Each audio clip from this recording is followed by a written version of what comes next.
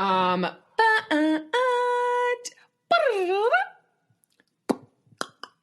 la la la. Open your throat. That is. Yeah. Get it ready. Big boys being bad. Yes. This is how all of the big people do it. Oh. Getting a tonsil stone out.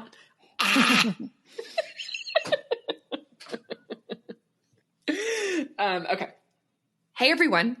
Welcome to Creepy InQueeries, A podcast dedicated to all things creepy, spoopy, and true crimey. with your hosts, Miss, And Kevin. your friendly neighborhood queers. Let's Let's dive.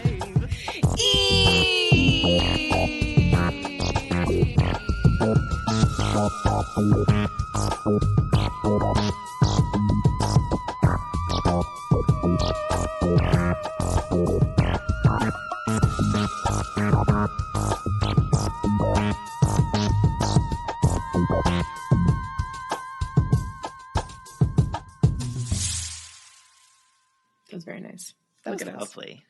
It's very Harmonic. lovely. As long as you're doing the work, I sound great.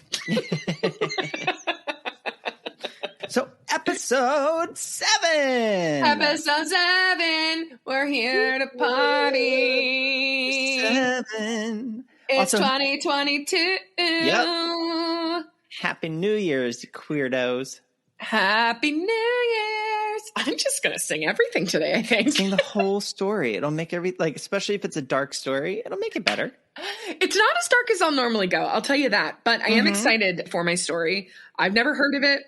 And wow. part of it really kind of blew my mind. Yay. Well, I mean, so I'm excited. what a way to start the year with a story that you're excited about. Yeah.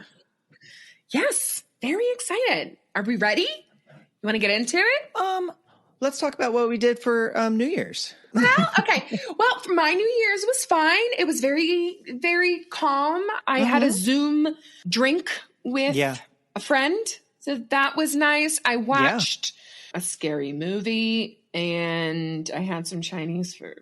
I love it. They sound Like amazing. nothing, it's just me and my cats watching a scary movie. And I may have got tipsy on my own, but I'm okay with it. So.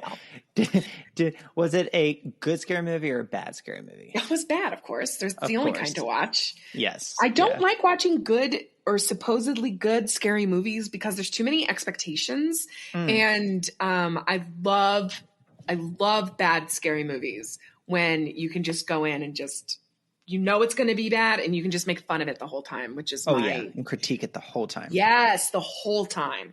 It's my favorite-y. Well, speaking of scary movies, I believe, what is it? Since today's the 5th, Scream 5 comes out on January 14th. January 14th. Oh, the 5. Oh, I have to catch up. Yeah. Oh, okay. I didn't realize it was that soon. Yeah, I sure hope that, it's being out exclusively in theaters, and I hope they change that. Yeah, I think they're doing it they're putting it on Paramount Plus 30 days after or something. But I hope that gets changed because I don't feel comfortable going to the theaters right now. No. I didn't realize we were going back to that. Back to exclusively at the movies. Yeah, like West Side Story is exclusive in theaters. Spider-Man. What do you mean West Side Story? The remake of West Side Story. They remade West Side Story? Oh my goodness. Yes, Steven Spielberg just directed a... Steven Spielberg? What? Why? I'm so mad. I'm not sure, but it came out... Who's in this?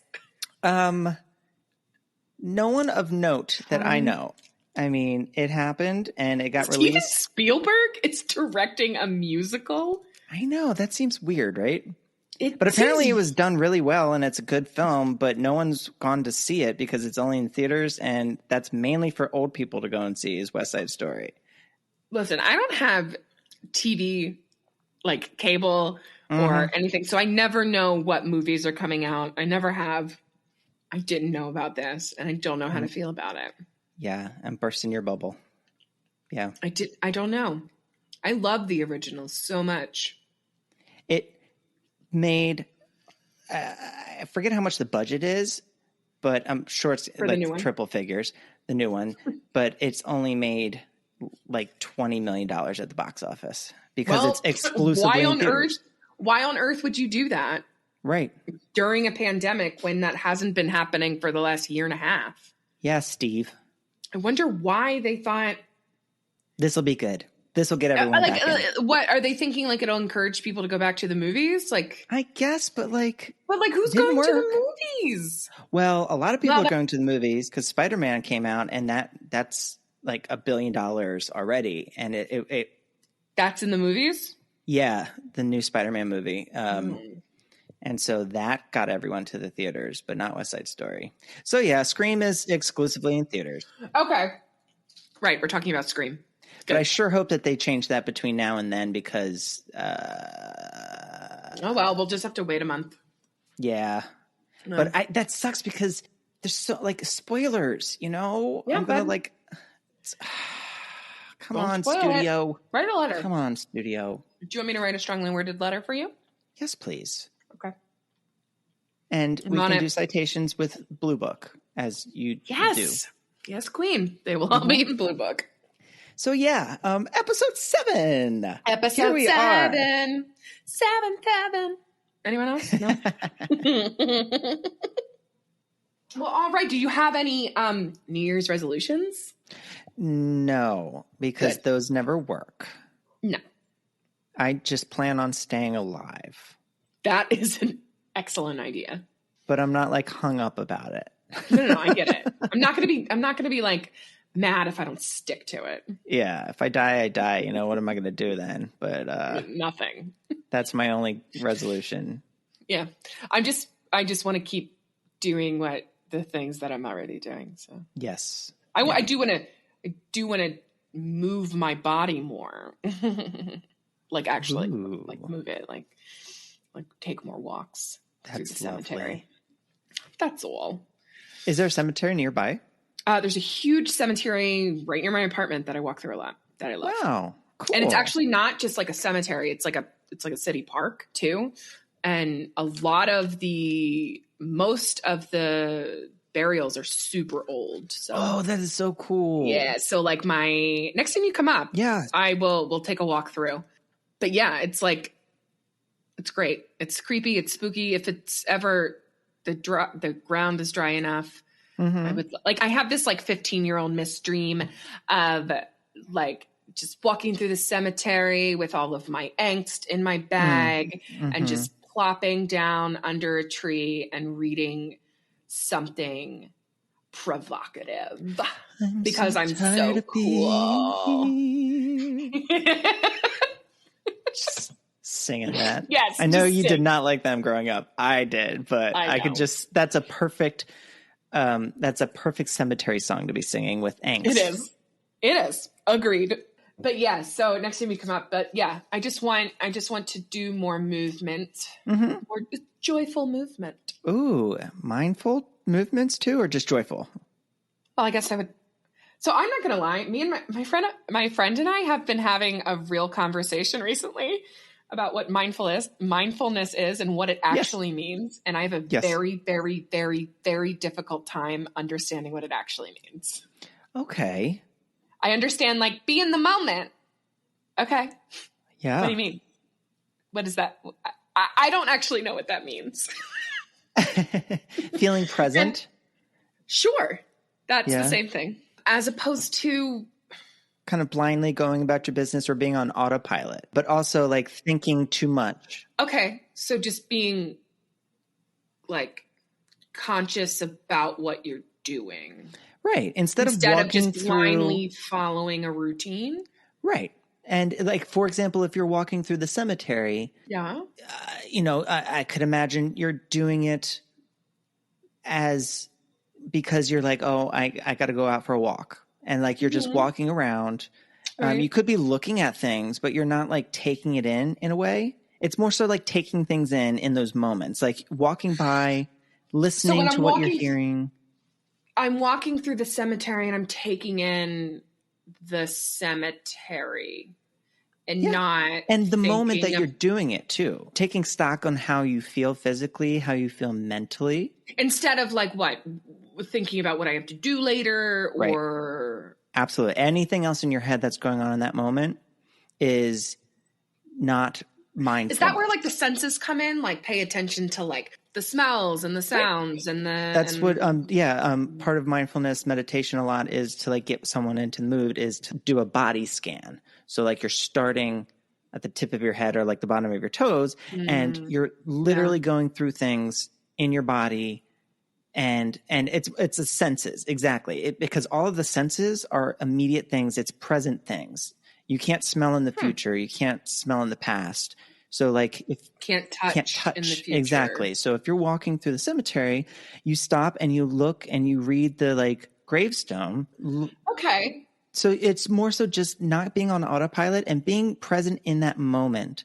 That's all it is. It's being present. It's not appreciating it. I think it's the language that throws me because I feel like this is a very simple, not simple, but I feel like it's a pretty easy concept, not maybe easy to execute, but easy in theory. And I just, whenever I think about it, you know, my brain, I just am just like, but how?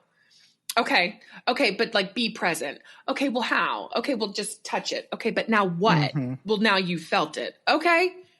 Now, listen, I love mindfulness. I respect mindfulness. I am not dissing mindfulness. I just want to know that there's something in my brain that is just like, I don't get it. I hate it. Goodbye. Well, and that's part of mindfulness is being in that moment and hearing yourself say that, like, I don't get it. I don't understand this, but like, that's being mindful because you are acknowledging what's going on in that moment. I'm mindful of that emotion that I'm having in that moment, which is that I don't understand. Okay. Yeah. You know, I do get it. I feel like I'm an idiot. No. It is not an easy thing to do. Yeah. And I like anytime I've ever tried to like meditate or even do a guided meditation, I just am that person who gets very frustrated because I can't quote, like get it right. I can't do it right. You can't clear your head of thoughts. I can't clear my head. And then I get very frustrated because I can't clear my head. And then I'm just like, well, now I'm just sitting on the floor and I'm frustrated. Yeah. And like, but no, I do know the appeal. And I do kind of get it now that I actually have an example. I just like, sometimes you like read something and I'm just like, but how? It's like, it's exactly. You're walking, you are listening. Like, what do you hear? Do you hear the birds out there? Do you hear the crunch of the leaves? And is this like a dialogue? Like, oh, I hear the crunch of the leaves. Is it like taking stock like that? I don't know how else it couldn't be a dialogue in your own mind because that's what I feel like thoughts are. Well, so like being present and listening and hearing and tasting and smelling and seeing are all present actions. And being mindful is the acknowledgement of those taking place. Like I am smelling something. What am I smelling? Does it smell good? Does it make me feel something? Must be the sewer grater. Right. Okay. Yeah. So that's, I mean. My therapist is going to be thrilled we had this conversation. Yeah. And it's on audio. I'm going to tell her all about it. Yeah. Just be like, you can listen to episode 7. I'm going to send her this clip. Listen, I can't take this session today. Yeah. I'm too busy, but you can listen to episode 7. Thanks. I'm too busy and important, but please listen to episode 7 and tell me what you think. And I'm not going to pay you for it. Okay. No, I couldn't possibly. All right. Well, now we know what mindfulness is, sort of. But yes, so there's a cemetery nearby. Next time you come up, we will we'll walk through it. And I just want to be that person who like walks through the cemetery and like sits down and like reads a book. But awesome. I know like I'll sit down for like 10 minutes and then I'll be like, oh, right. I have the bones of an 80-year-old. I have to get up while I still can. Oh, your life. And I am alone. So it's either that or I'm going to have to roll around on the ground, just flopping around until I can get some kind of traction. That's bleak. It is my life. Yes. All right. This week, it's my week to go. It's my true crime week. I'm excited. Little voguing. A little voguing. I wish everyone could see that. It's a visual podcast. I know. Yeah. Some accidental voguing. All right. So it's going to be a little bit of a back and forth, little bit of a time hop. Okay. But I think we're going to be able to do it. Nice. I'm here for it. On the evening of June 4th, 1968, Robert F. Kennedy just won South Dakota and California in the 1968 presidential primaries. At 2:10 a.m. on June 5th, he spoke to journalists and supporters during a televised event at a celebration at the Ambassador Hotel in Los Angeles. After, he left the podium and exited through the kitchen hallway. Mr. Kennedy was shaking the hand of 17-year-old hotel employee Juan Romero when he was shot 3 times in a row by the now infamous Sirhan Sirhan. Yes. 5 others were shot as well that night, but all would survive. RFK would die 26 hours later at the Good Samaritan Hospital in Los Angeles. Before the ambulance left, police arrived at the scene to find Sirhan Sirhan physically subdued by RFK's bodyguard, William Barry, writer George Plimpton, and former football player Rosie Greer. Okay.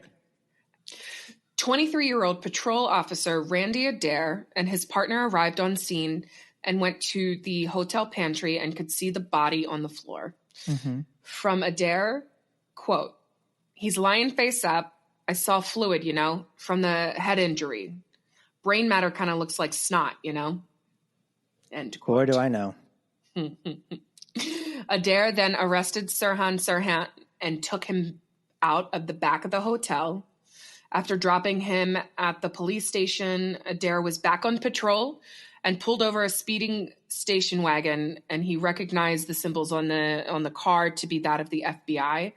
And when he approached, he saw Ethel Kennedy, RFK's pregnant wife, and astronaut John Glenn in the back seat, and they were trying to go to the hospital, but they were lost. Officer Adair then kept his lights flashing and led them directly there.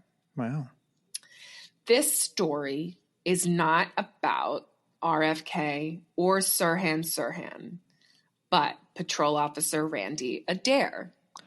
Okay. Randolph Adair was born in 1944 in Artesia, California, the son of a rodeoer, which, what do you call someone who participates in a rodeo? Rodeoer? A rodeo Rodeer? rider? Yeah, cool. Comment down below if you know. The son of a rodeoer and a dairy farmer, Randy took classes in junior college for police science before he was drafted in Vietnam in 1965, where he was assigned to the U.S. Army Criminal Investigation Command in Panama, which, listen, I don't belong in military, but if I were, that's what I would want to do. Criminal Command? Hell yeah. As soon as he was home, he enrolled in the LAPD Academy and graduated at the top of his class.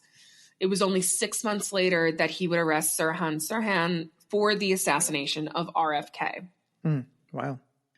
Randy also met his wife in 1968, Susan Hackworth. She was a beautiful, blonde Italian woman who worked for Bank of America. Susan lived in the same apartment complex as Randy and his academy buddies. And one night, when she was having a party with her girlfriends, she knocked on the door and asked to borrow some ice trays. Susan took the trays and Randy's heart and never returned either. Ugh. Yep.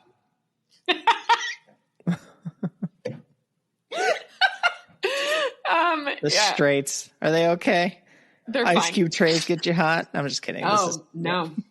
Ice cube trays, I've heard. Ice cream's a whole different story, Boo. Ice cream we get. That'll get me hot. Ice cube trays, I'm pretty sure, is a heterosexual dating, like a aphrodisiac. Yeah, it's like a courting process. Like step one is you borrow ice trays. And if he says yes, then we can move forward. You know he is DTF. Yes. DTF, which in 1968 was very common. Very. Too common almost. Too common almost. It took a while, but Randy eventually convinced Susan to go to dinner with him, and they fell in love very quickly. He asked her to marry him, but Susan knew marriages to LAP officers didn't ask, and she had one condition, that he not be a vice cop because it was too dangerous and messed up. Randy agreed, and they were married on September 7th, 1968, like months after they met. Jeez. Yeah. But, I mean, I guess that was kind of, I mean, it's not really that unusual, I guess. I guess. I mean, every couple's different. It's not like I can say, that's not how it should be. No, I mean, people get married after 2 weeks and stay together for 50 years, you know? Sure. Me being 100% single 100% of the time, literally have no idea. Randy was soon promoted to detective at the LAPD in the Metropolitan Division, which was a mobile crime fighting unit, quote unquote, that's what it was called. And he primarily worked in bank robberies.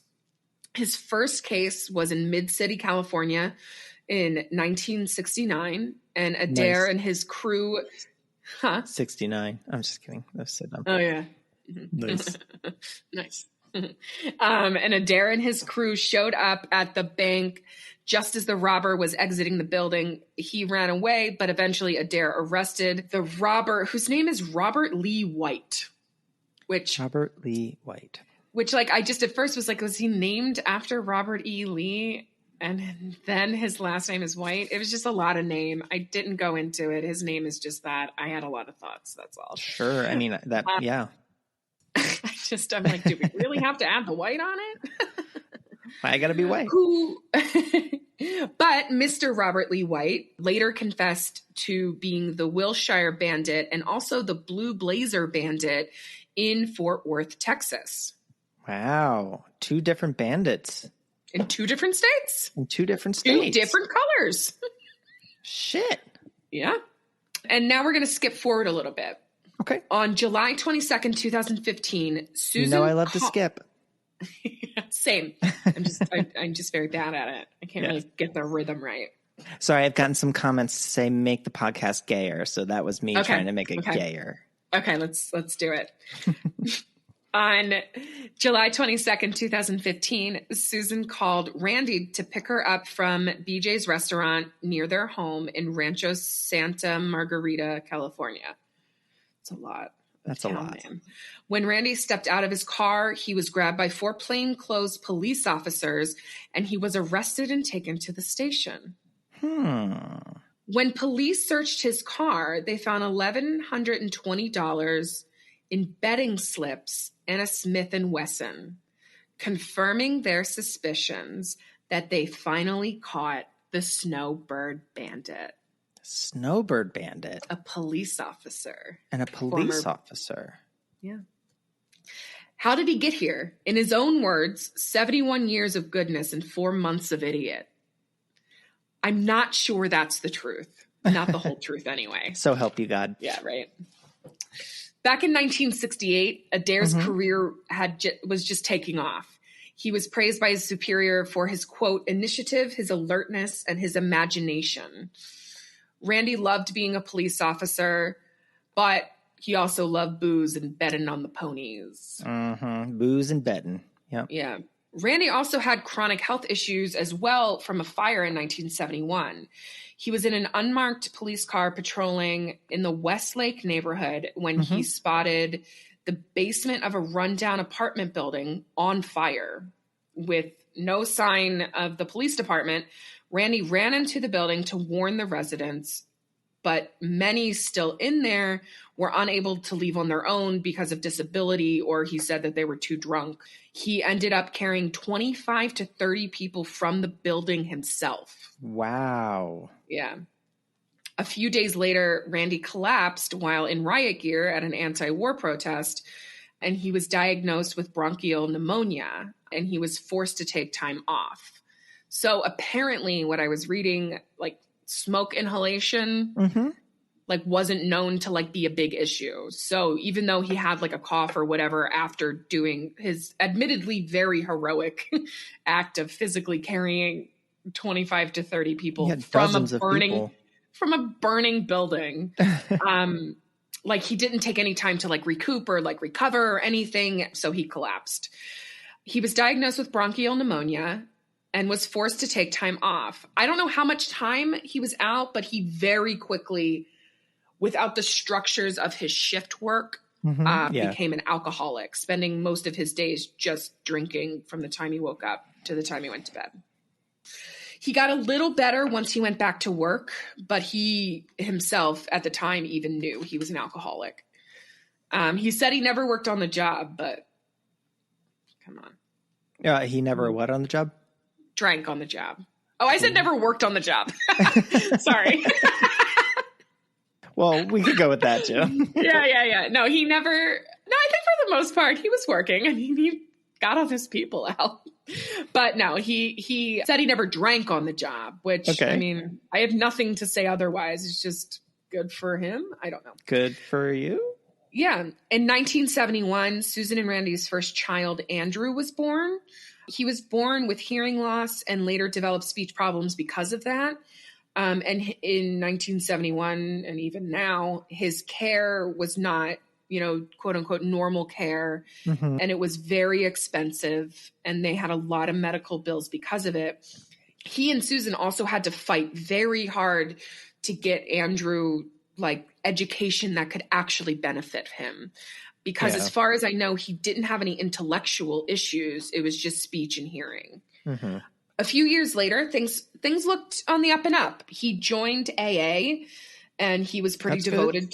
He was pretty devoted to it. And they had a second child, Kateri, in 1975. It's Kateri, a daughter. I mean, Kateri? Yeah, that's what it is. Yeah. In the next few years, Randy would be promoted to homicide detective at the Rampart Division in the LAPD. And the Rampart corruption scandal of the late 1990s is actually the same department. Okay. I can believe that. Yep. Yeah. He worked on some very high profile cases. He investigated William George Bonin, aka the Freeway Killer, in 1983, where he raped, tortured, and murdered at least 21 boys. Wow. Yeah. Oh, he also worked on Richard Ramirez, aka the Night Stalker, too. He was a part of that investigation, which that was cool. Yeah. It's pretty cool. But in 1983, Randy worked on his worst case ever, which is unknown, not talked about. It's the murder of a 4-year-old girl named Johanna Navarez, Navarez, who had gone missing. And Randy, during the search, Randy found in a neighbor's extra refrigerator, he found the body. Wow. In there. And he and his wife admit this was a turning point. This changed him fundamentally. Mm-hmm. Mm-hmm. And his wife said around the time of the girl's autopsy, she started to notice some pretty big changes in him. The killer was caught in Mexico, and Randy drove down himself to get him for the extradition. Wow. Jeez. But yeah, he drove down there to get him, and he said the whole time all he wanted was for him to try to escape so he could kill him himself. But he didn't. Back in 1980, he and Susan's health, both of them, their health began to decline like pretty rapidly. Also, Randy started drinking again. He relapsed in 1980. And according to Susan, he was a sad drunk. And he later said Randy once got drunk in Santa Monica and called her to say goodbye. He was ending it all. Quote, everything was just too sad, unquote.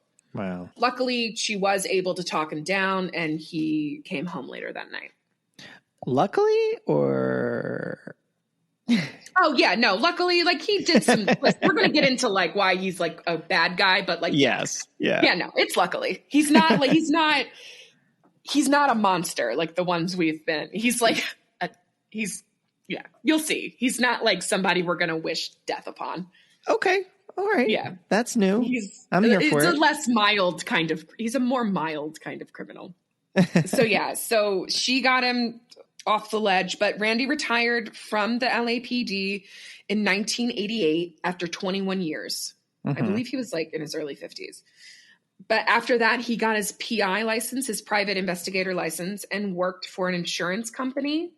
But in 1990, Susan and Randy started having a really hard time medically and financially. That's tough doing it at the same time. Yeah, at the same time. And he had just retired 2 years before, and they were living off of his police pension. So, I mean, that's not going to, especially in 1990, that's not going to cover cancer bills. Right. So Susan had thyroid cancer, and Randy had repeated pneumonia and bronchitis severely due to the fire from 1971. And my law school brain was like, tell me when the lawsuit comes in for the chronic health issues. But see, hard work never pays off. That's all I'm saying. Like, seriously. So they ended up, because of all the bills, they ended up losing their home in a foreclosure. And even after that, they still ended up owing the IRS $60,000. Oh my God, my gut just turned. Yeah. So then after that, they actually had like rented an apartment, and the IRS found out. And I don't know what happened, but like U.S. Marshals like evicted them from their apartment because they owed money. I didn't really get into it, and I really didn't understand why or how they could just evict them from their apartment, unless like it was a true eviction in that, you know, they weren't paying the rent, but it didn't sound like that. Anyway. Right. That sounds weird. Yeah. But I'm sure the government knows what it's doing. Of course. Trust the government. Trust the government. Randy was still drinking pretty heavily during this time, and they were bouncing from housing to housing. Nothing really stable, nothing what you want when you're both in ill health and retired. And then in 1996, Randy got a DUI. Oy. Yeah. Susan ended up kicking him out. At that point, that was it. And afterwards, he ended up sleeping in his car for a while down at the beach. But he did get himself together, and he did go back to AA. And once he was able to show Susan that he'd been sober for a little while, she let him come home, and they got back together. Okay. And honestly, he really, as far as the drinking went, I think, unless I come across something later I don't remember, I think he really did stop drinking. That's commendable. It is. However, his addiction with alcohol was merely replaced by a raging gambling addiction. Oy. Yeah. And then by 2009, they were not great, but, you know, they were doing okay. And he mainly bet on horses. He would either go to a horse track and bet, or he would do there was virtual betting. You could do at a bar or something. Yeah. And that's what he would do. And then one time in 2009, he just happened to be in a casino. He put a $50 bill into a slot machine and won $50,000. Wow. And honestly, the worst thing for a gambling addict to do is to win. Oh God. Because then it's just chasing that high. Yeah. Yep. Look what happens. I can win it. And it just proves I can win it back. I can spend this money. I can take this risk because I can win it back. Ugh. Not knowing the odds have already been in your favor already. Yeah, no, that's a one and done kind of thing. Yeah. Unless you're really good at it, and I don't Unless you walk in the light, but you ain't been walking in the light this whole time. Right. So, it was the $50,000 really did help out. They were I think they were still renting their apartment or their home, but they were able to pay off their cars and some bills. So it was good. But, however, by the next year, he had a very serious aneurysm and underwent a 9-hour brain surgery that he only had a 5% chance of surviving. Wow. Yeah. And he did. He survived. Well, I guess he does walk in the light. Right? Sometimes, and then I'm going to tell you something. Not how you want to do. I'm going to tell you something in a few sentences, and you're going to be like, okay. His daughter, Kateri, blames his later actions on brain damage from the aneurysm and surgery afterwards. But she's the only one who seems to think that. And we'll talk about Kateri later. And just like nothing crazy, just like my personal opinion.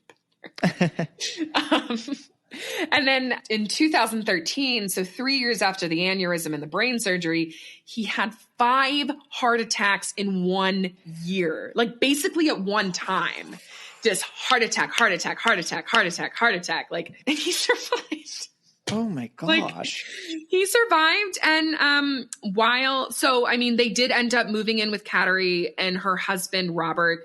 Oh, wait, no, Matt. And her husband, Matt, while he recuperated. They didn't stay. They moved back out. But unfortunately, Randy fell ill again in 2014. He went to the hospital complaining of stomach issues.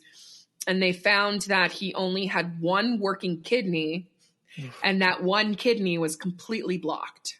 So no working kidneys? So at the time, no. So he had to have surgery. So he had surgery to fix the kidney, but the surgery somehow caused a crazy big hernia. And he was actually unable to walk or use his legs temporarily from the hernia until the hernia was fixed. But it was fixed. But by now they were back to having a lot of financial trouble, and they were living like permanently with Kateri and Matt in their spare bedroom. Okay. And also, like, nothing I could find mentioned Andrew at all. So I don't know if he was there and not mentioned, or if he was just off living his life and he just wasn't in the area. I don't really know anything about him. And also, I will say, like, I have like a handful of sources for this, but 2 of the sources were literally identical. They were just posted on different websites.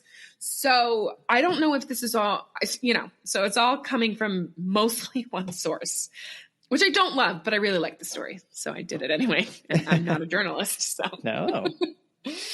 And then at this point, like I said, they were permanently living at their daughter's house, and Susan's health also started to decline at this time again.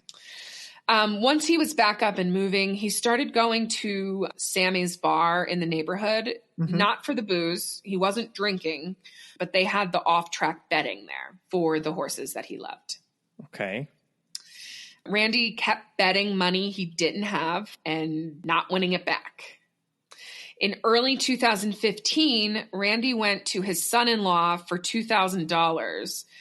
Kateri urged him to get help for his gambling, but he said he would, quote, blow his brains out, end quote, unless they gave him the money. Little instability, I would say. And also a lot of gambling to threaten that to your daughter. Yeah. A few days later, after getting the $2,000, he put on a blue baseball cap and sunglasses, and he would rob his first bank. He hit the California Bank and Trust in Dana Point, California, where they lived. And he had his disguise, quote unquote, and he had a Smith & Wesson in his waistband. He had no intention of using it or being violent, but he did know from his experience chasing bank robbers and solving bank robberies, like just having it in his belt was enough to know. And he knew also from his time that he knew which banks to hit, which banks didn't have the plexiglass or whatever to like between the customer and the bank teller. He knew where the banks were less likely to be busy and what times. And he never did it when there was like people in the bank or anything like that. All he did was he just handed the teller a note. All it said was no screams, no bells, no whistles. And the teller obliged and gave him everything they had, which was only $1,700. It was $1,731. And then at this time, FBI agent Chris Gicking, Gicking, Gicking, was sent information about the robbery a few minutes after Randy made the quick exit. Agent Gicking had over 500 bank robberies under his belt, and even he was surprised by the description of the bank robber, the age, the white hair, and that earned him the nickname, the Snowbird Bandit. Randy tried to lay low, but soon gambled away the little money he got from the robbery, so the Snowbird Bandit had to strike again. On May 22nd, 2015, he donned his, quote, disguise and got another $1,190 this time. On June 11th, Randy robbed a Wells Fargo and only walked away with $944. I know. That's just like a slap in the face. It sure is. Robbed a bank and all I got was $900. It's not even enough to cover rent. This bank's cameras, however, were better than the other ones, and the FBI released security footage of the Snowbird Bandit. But, I mean, he was still elusive. He was still wearing sunglasses. He still had a hat on. You know, it was a better picture, but it wasn't a great picture. Mm-hmm. On July 6th, 2015, Randy got a little luckier when he hit the U.S. Bank in Ladera Ranch and got $3,600. Better than 900, I guess. Yeah, I mean, it's the most so far, but also just like when you think about a bank robbery, you're not thinking $3,600. No. And then the Snowbird Bandit's final holdup was on July 21st, 2015, when he went back to the first bank he hit, the First Citizens Bank, bringing home $1,658. And he later said that he went back to that bank because, quote, it was just so easy, end quote. What kind of bank makes themselves easy? I don't know. I mean, to rob. I mean, I feel like you just got robbed like a few months before. And I don't think they did anything to change any kind of protocol or anything. Oh, I mean, now it's out of the way. It won't happen again. Yeah. Statistically, it shouldn't happen again to us. Yeah. The following morning on July 22nd, 2015, Randy's son-in-law woke up at 5:30 a.m. as he normally did, and he was looking at a news app and drinking coffee where very clear pictures of the Snowbird Bandit had just been released. Mm-hmm. He quickly woke up Cattery to show her, and they both just knew it was Randy. At this point, I don't think that they were actually living with Cattery and Matt, because the articles that I was reading said that at this point, Cattery and Matt drove to Susan and Randy's place, and Susan was alone for whatever reason. They don't know where Randy was at this early in the morning, but she was alone and showed Susan the picture, but she didn't believe it. She didn't believe that it could be Randy. And then by 12:30 p.m., they finally all agreed to call the police and drove to the police station to tell them. Okay. Randy, meanwhile, was betting at Sammy's on the ponies and had just had another disappointing loss to add to the pile of many. Meanwhile, Susan, Cattery, and Matt were now in the interview room with Agent Gicking and confirmed that he was, in fact, the Snowbird Bandit. The agent asked Cattery to call him to just be like, hey, come meet me at this place. But she refused. She refused to participate. She didn't want anything to do, which, like, fine. I get it. Sure, down. Yeah. But, I mean, you did what you were supposed to do. You let the authorities know, I guess. But Susan was like, fuck, no, give it to me. I'll do it. And then she called him. She's like, hey, come pick me up from BJ's restaurant. I want to go home. And he's like, cool, fine. So he goes to pick her up, and that's where we were at the beginning. And he is arrested. He gets put in the interrogation room. Detective Gicking just slides the pictures from like the most recent robbery across the table. And he was arrested then and there. He pled guilty. He cut a deal for 7 years. But because he was armed for all of the robberies in California, that meant no time off allowed for good behavior. So he had to serve his full sentence. And in August of 2021, he was released. Wow, recent. Okay. Mm-hmm. And how old was he? 73 when he was arrested. Okay. So now, what? That was 6 years ago? Yeah. So 79? Okay. And yeah, I mean, that's it. That's like the main story. But I just thought it was so crazy that the police officer that arrested Sirhan Sirhan also had a ferocious gambling problem and eventually became a bank robber. Right. And both people were released from prison the same year, actually. Sirhan. Yes, they were. Yeah. Yeah. They were both released from prison that year. Wow. Isn't that funny? Small world. I mean, this last year. Small world, crazy. Oh, yeah. Last year. Like, crazy, like, just an idea. Like, it sounds like a movie, right? Like, you turn on the news and you see, like, just a guy in, like, sometimes he wore this, like, Panama hat, which is, like, a straw fedora-looking kind of hat. And just, like, a grandpa on vacation or just, like, a grandpa going to the bank and he's just there, just casually robbing it. Just showing the gun a little bit in his waistband and then getting the not worth it amount of money that he got. Right. Typically not worth it. Yeah. So, Cattery, I don't really have much to say. I mean, Susan stuck with him and they're still married. They live as the last I knew when he was like arrested and in jail, Susan was living with Cattery and Matt, but I don't know. They had 2 small kids, so I don't know if they were still there or they are still there.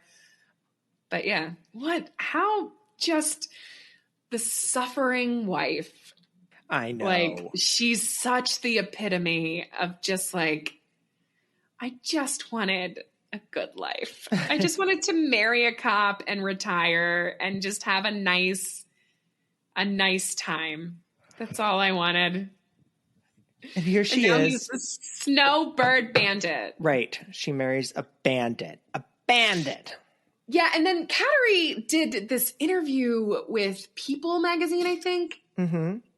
And like, it's not that I don't understand, but like the whole, like she just kind of goes on and on about how he shouldn't have been convicted, let alone arrested because of his health issues. Like he shouldn't have been. And I'm just like, okay, but I mean, I'm not saying that he, the only option was for him to go to jail because it wasn't. Right. That's just how it worked out. But I mean, it's not as if like, if you're sick, you don't get consequences. I mean, but and she had some other things to say. She just kind of rubbed me the wrong. She just seemed a little, but I mean, she's had to go through her whole life with the name Cattery. She's had an interesting life. Her dad was an alcoholic and had a gambling problem. She seemed to be very, very close with them. So yeah. So yeah, that's my true crime. That's a great story. I had no idea. Well, I had never heard of him.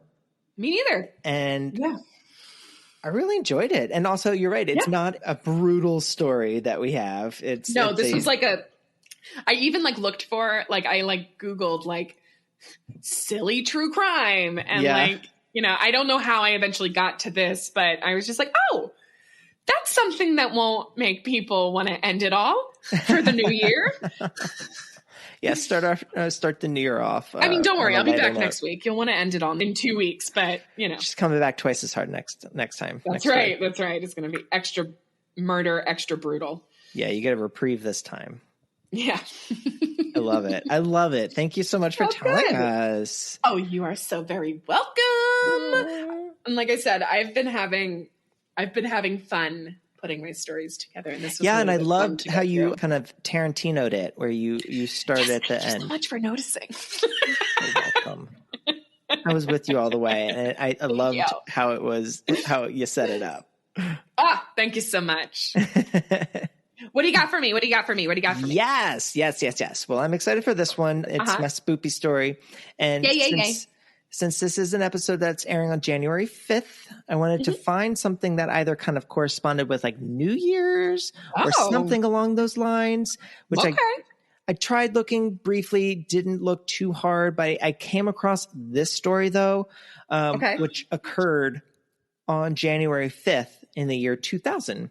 So, oh, okay, fun. I figured this would be great. Yeah, so today... fun anniversary date. Yeah. So today, I'm going to tell you about the mysterious lights over central Illinois that took place January 5th, 22 years ago today. 22 years ago, we were 11. It was just the turn of Y2K. Yeah, so I wasn't going to be 12 until that September. So we were 11. We were 11. I was freshly 11. You were brand new 11. You were baby New Year. Baby. Yeah. Yeah, okay. So we were young at that time. So all right, middle school, here we are. Our story begins with a man named Melvern Knoll, Noll, who was 66 at the time. Okay. It was around 4 a.m. on January 5th, 2000, and it was dead quiet in the small Illinois town around 4 miles south of I-70 in Madison County, which, Miss, you and I... did we drive through that? We sure did when we drove out to L.A. We took I-70 the whole way. The whole way. And Mr. Knoll was a part-time truck driver, and he had just stopped back home at one of his other businesses. He was worrying that his pipes might freeze, so that's why he was going to the business so he could turn the water on and have it keep flowing. So I'm going to quote what he said in the article that I read. Quote, I happened to look toward the northeast and seen like a bright star and never thought too much about it. Just, that's awful low for being a star. I looked up and there it was, just like a big house floating in the air with windows in it. And a bright light on the inside. Like there might have been a big room in there. Wait, what? He saw something in the sky. A floating house? Something like a floating house, yeah. He said the object was about the size of a football field. And it was moving. A football field? Yeah, and it was moving. That's huge. Yeah, it was moving very slowly. He said perhaps around 50 miles per hour, and he thinks it's around 1,000 feet above him off the ground. Okay. He goes on to say, I just couldn't hardly believe my eyes when what I was seeing up there. I mean, there was no noise, nothing. And I was looking for wings and couldn't see no wings on it. I thought, what in the heck is it? I just kept watching it. And at one point, it seemed like it slowed down, and I had the feeling it spotted me down here, and it scared the heck out of me. Then it kept a-going toward the southwest.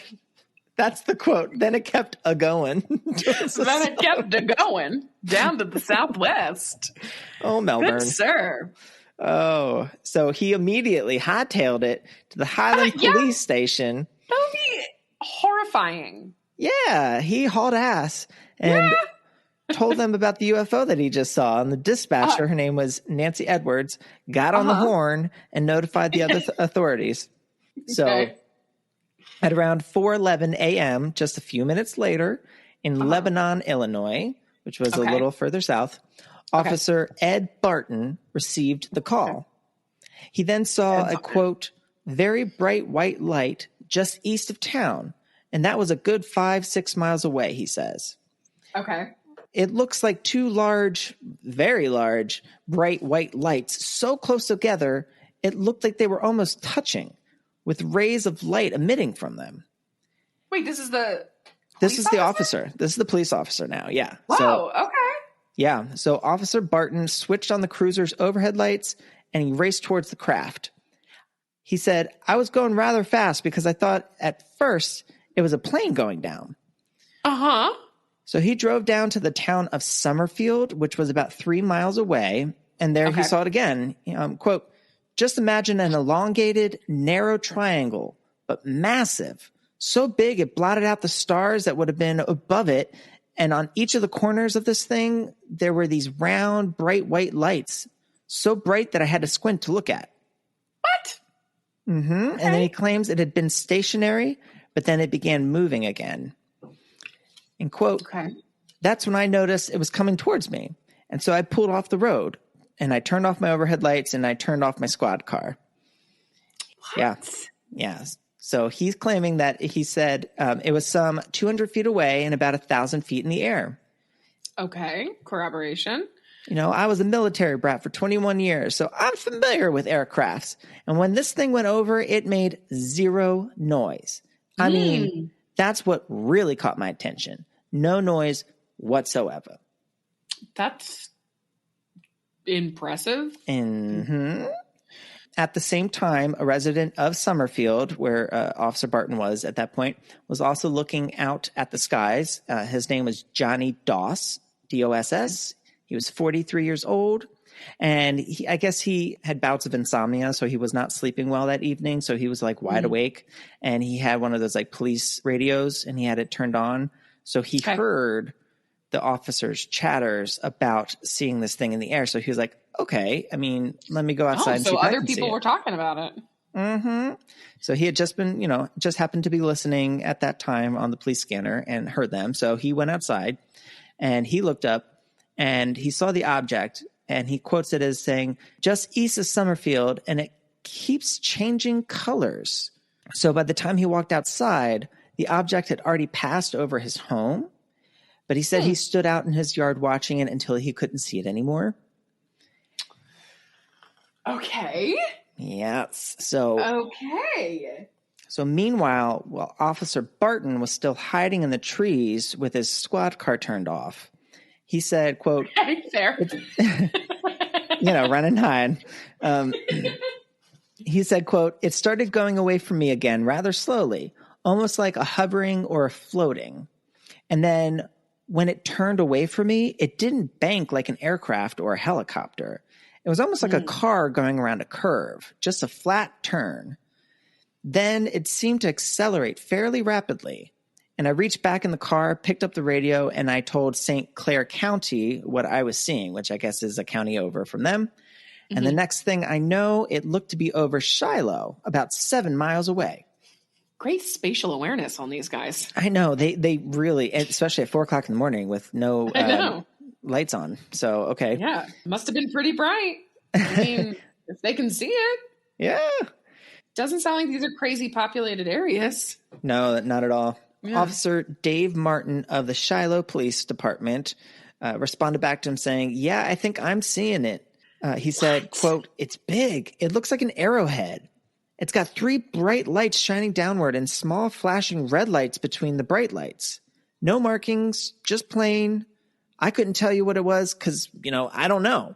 And then when Officer Craig Stevens heard the chatter on the radio of the other cops talking, he figured he should probably investigate since those other cops were saying it was heading in his direction. Yeah. He says, I quote, I went over to the east end of town and sat in a car wash parking lot, but I didn't see anything. So I went over to the north end of town where there's this big open field, and it was a lot darker. I was sitting there seeing blinking lights from airplanes, and I thought that's all they saw. And I turned around, and it was like, wow, this thing was only 1,000 feet off the ground, and it was huge. It was just all of a sudden there?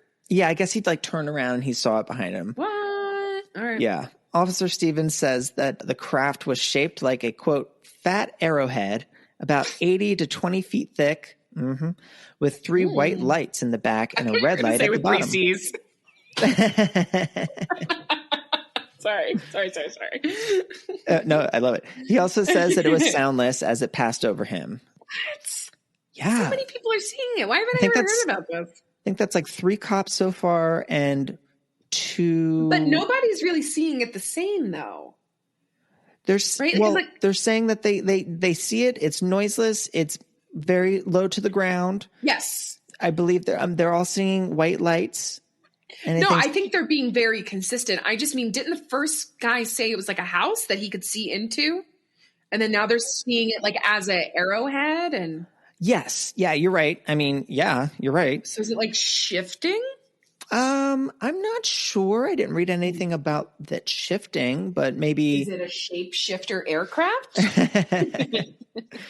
By the time that the object appeared in Dupo, which is a small town some 8 miles south, it had been followed sporadically for nearly an hour over 60-mile-long northeast to southwest flight path.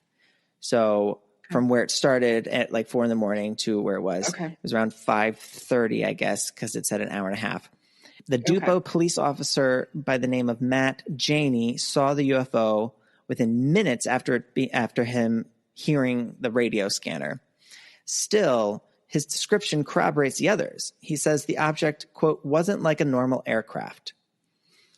2 hours after Officer Janey watched the object disappear from sight, a 50-year-old English teacher who taught at East St. Louis High School spotted the UFO while driving to work.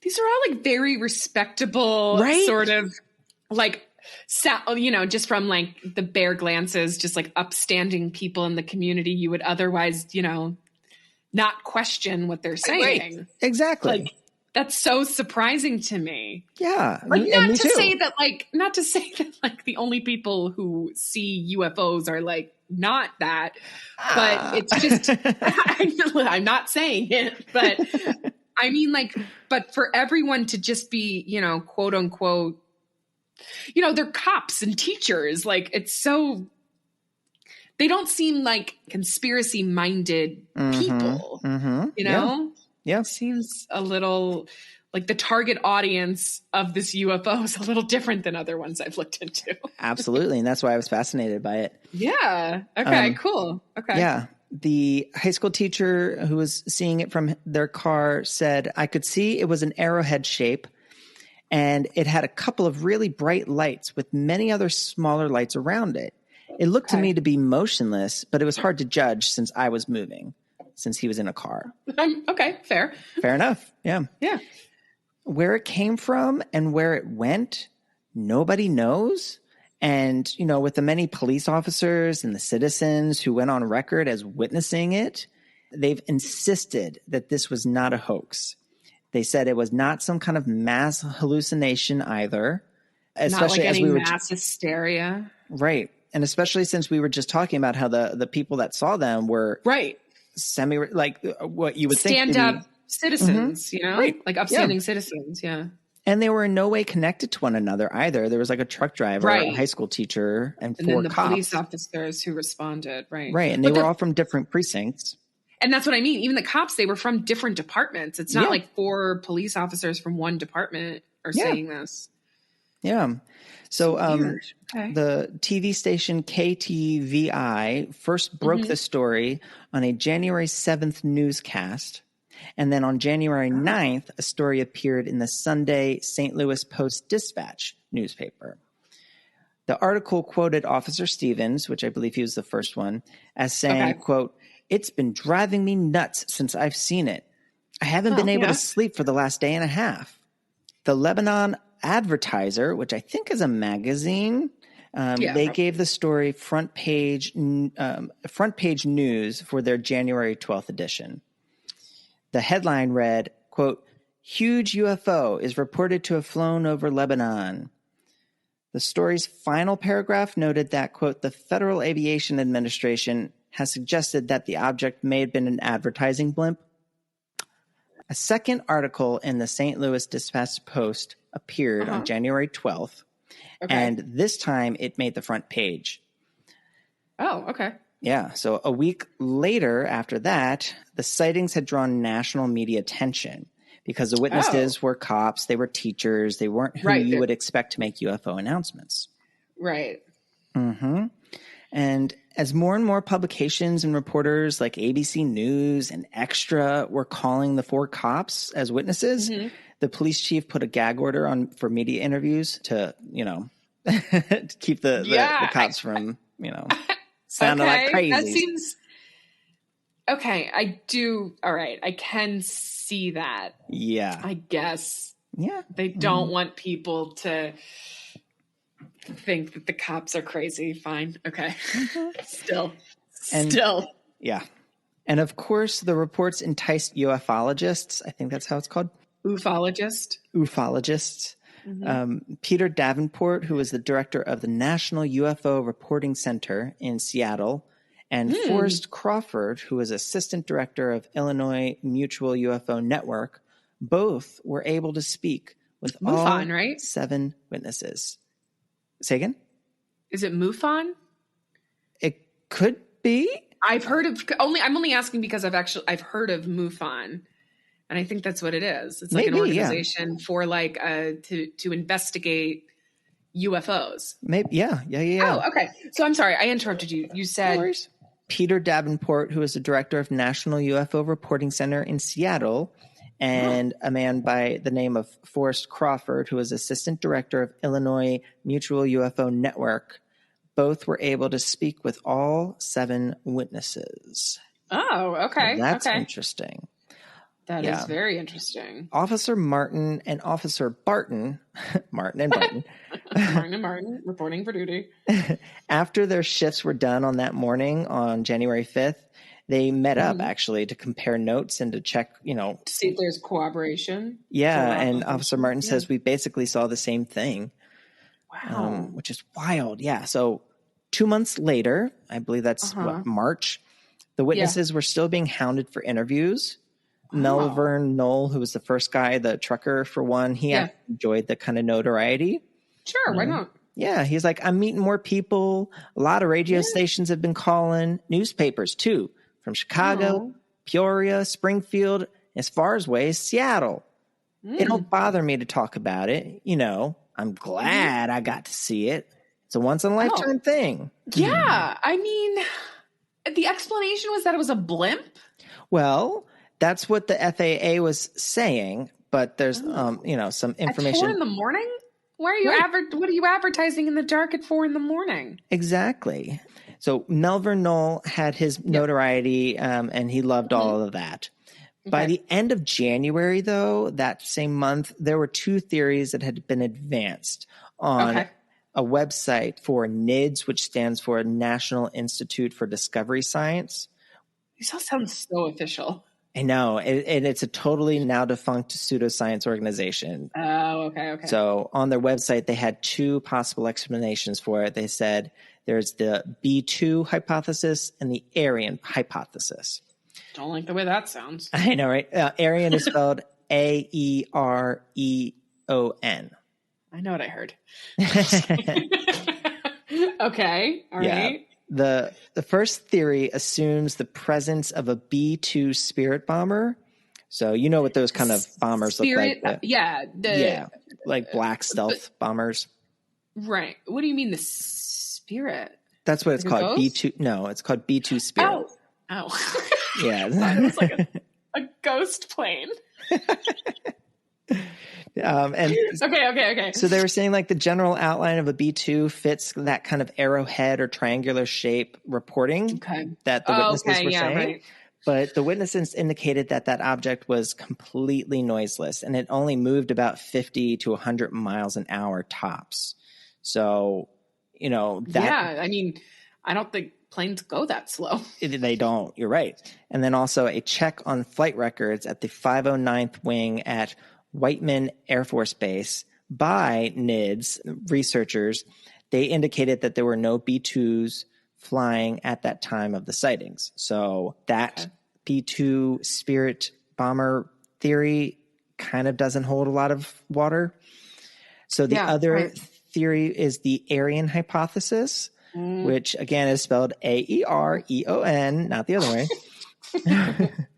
And the Aryan hypothesis was spawned when one of the witnesses, Craig Stevens, verified that the craft he saw resembled a picture found on the internet of an artist's impression of a, quote, stealth blimp, which was published in the September 1999 issue of Popular Mechanics. Stealth blimp seems like oxymoronic.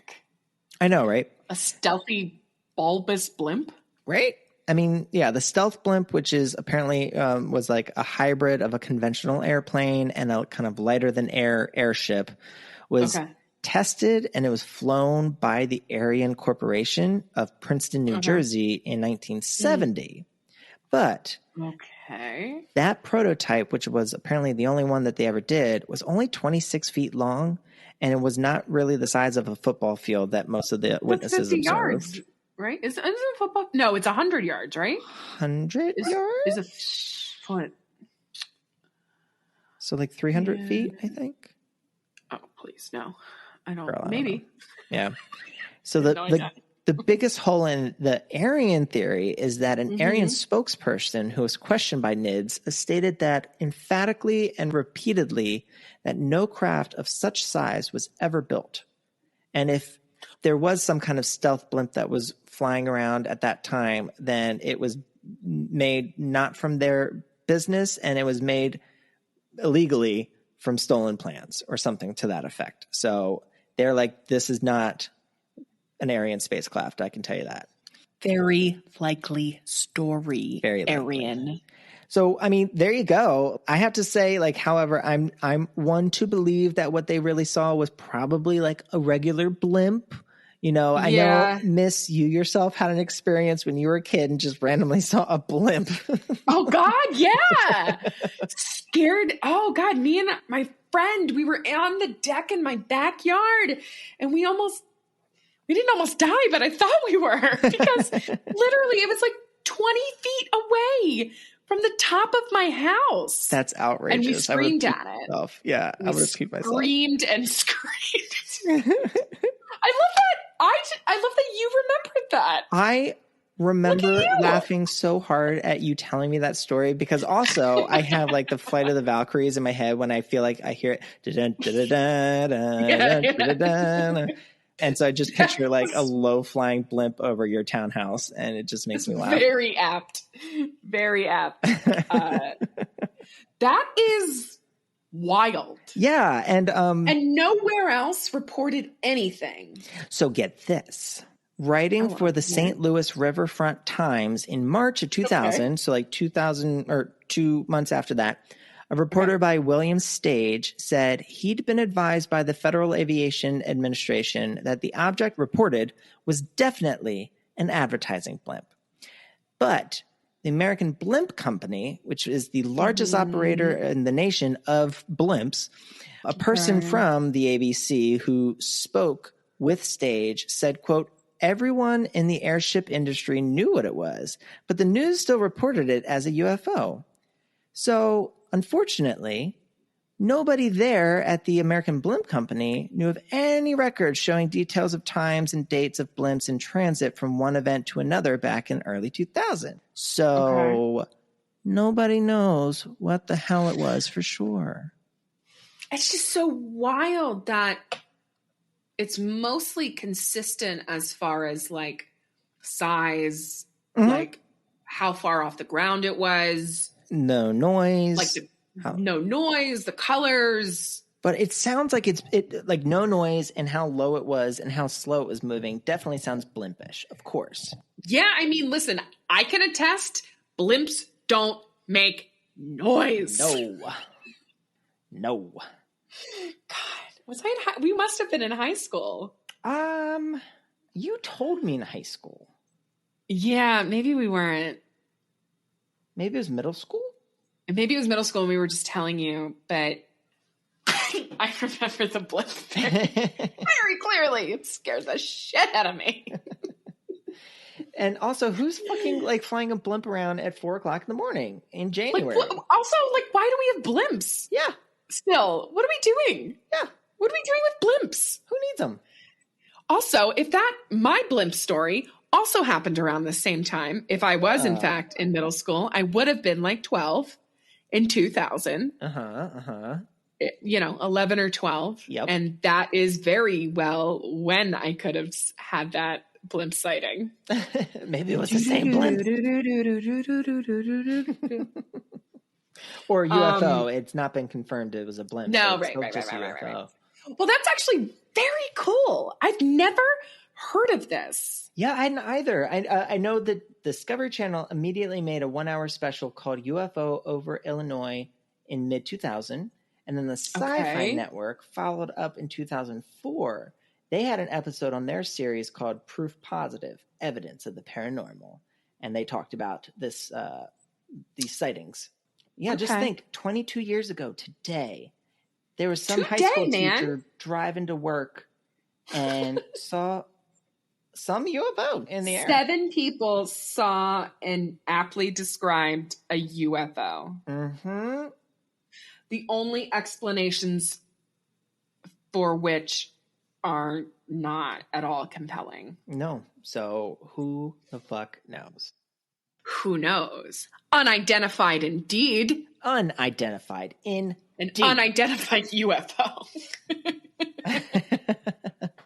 Unidentified flying object. That's it. Well, very cool. Thanks for that. I never heard of that. I love it. Thank you. Yeah. I love weird stuff. And now I feel like I must know. Yeah, we're going to have to like find those Discovery Channel videos to watch. Yeah, I mean, I can't imagine that like something the size of a football field going 50 miles an hour. Just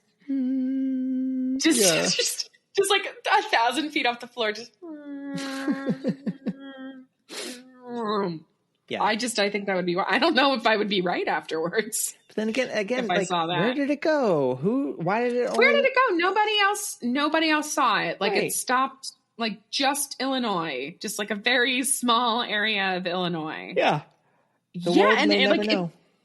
No, we probably won't. Mm-hmm. And I hate that. Sorry, not sorry. I hate it. Very, very cool, though. Yes. Very interesting. I hate not knowing. Okay. I'll survive. But yeah, great story. I love it. Thank you so much. And you had a great story as well. We have a great episode. Thank you so much. I really agree. I think this was a good episode. Yeah, I didn't know your story. If we could toot our own horns for a second. Burp, burp. Burp, burp. Yeah, like I didn't know your story. You didn't know my story. Nope. And it's fascinating. Both are yeah, I love stories. that. No, I didn't think about that. Yeah. Thank you guys for listening to our beautiful episode 7 of our podcast, Creepy InQueeries. Yeah, if you'd be so inclined, give us a subscribe, a rate, a review if you haven't already. Yes, please. Or if you have any suggestions or questions or comments or corrections, feel free to email us at creepyinquiriespod@gmail.com, or you can contact us on Instagram at creepyinquiriespod. Come over, say hello. You can also check out our website for our episode notes and other kind of information at www.creepyinquiriespod.com. Very easy for us to be found online. Kevin really killed it when he named everything. Just named it all the same thing. Thank God. So yeah, come find us. Come chat with us. We would love to hear from you. Slip into our DMs. But yeah. We have a great time doing this, and we do. It's pure I would be talking about and looking into these things anyway, and it's nice to just actually have a real conversation that isn't between me and me. Even if it is with me and you in the void, I still like it. I'm having a lot of fun. And I'm 100% in agreement too. And it's so fun to like research these stories and talk about them with you and to have it makes it more exciting. Yeah, yes, it makes it more exciting. Like, I can't wait to tell you this. Yes. But I have to wait because we're not recording. Yes. Yeah. Well, again, we just wanted to say thank you all. Thanks for listening. And we hope you tune in next week for episode 8. I know that'll be exciting. Happy New Year. Happy New Year. New Year, new you. But take care of yourselves. Take care of each other. Yes. Be healthy. We love you. What you can to keep your sanity. Mm-hmm. It's rough out there right now, but we'll get through it. Yep. And then until episode 8 next week, we will bid you adieu and say goodbye.